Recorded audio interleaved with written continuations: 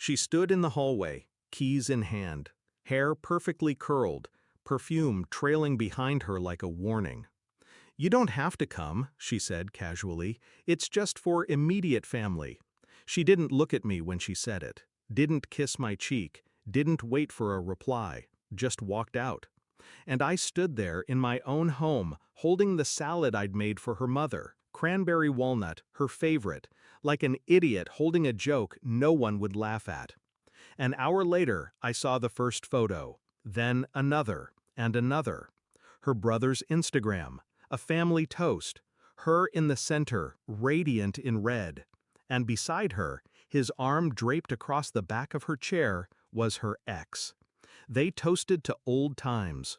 I wasn't in a single frame. I didn't call, didn't text. Instead, I stared at the screen and whispered to myself, "So this is the family I'm not part of."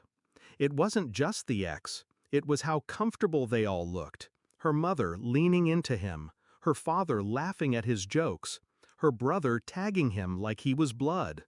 I watched every story, every boomerang, every smiling clink of champagne. She said I was too quiet, too serious, said I didn't click with them.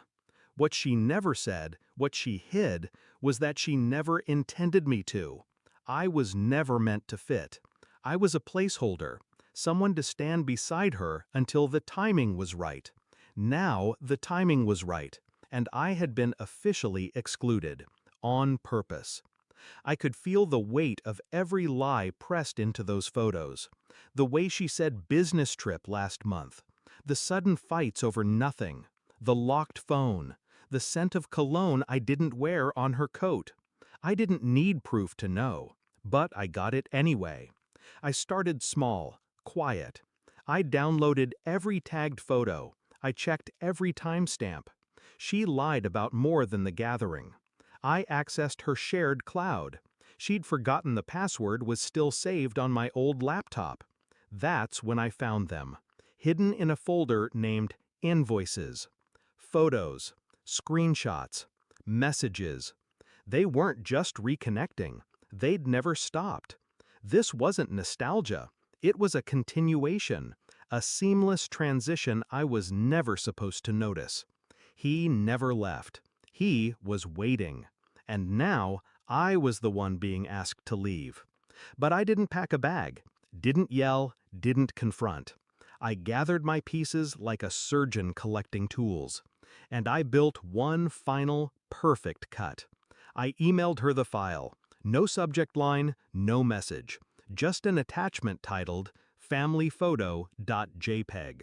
Inside, a collage I made, side-by-side images, her and her ex, time-stamped, dated, receipts, location data, and beneath them all, a copy of the lease agreement she co-signed with him 2 months before she ever told me to stay home.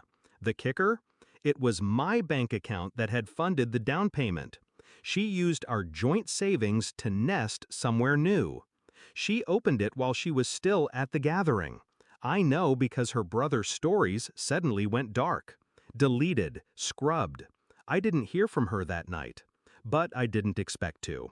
She knew what the silence meant. It was louder than any scream. The next morning, she came home early, keys trembling in the lock, face pale. She stepped inside like a stranger unsure of her welcome.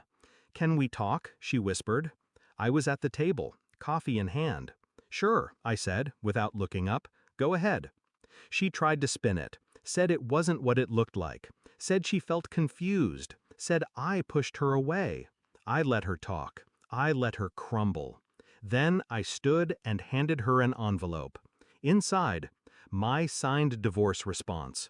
A list of all the financial transactions I'd frozen, a termination notice for the joint account, and a printed photo of her and her ex kissing in her parents' backyard. I didn't smile, didn't flinch. "You said it was for immediate family," I said. "I finally believe you."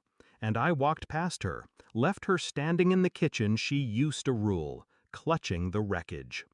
I live somewhere else now, quieter, smaller, honest. People ask if I miss her. No, I miss who I thought she was. But that woman never existed. She was a mask, a performance, a lie I agreed to love. I don't regret staying quiet. I don't regret the silence. Because when she tried to shame me with exclusion, I didn't beg to be let in. I built my own exit. She toasted to old times. Now she drinks alone. Final line. She uninvited me from her family, so I erased her from mine.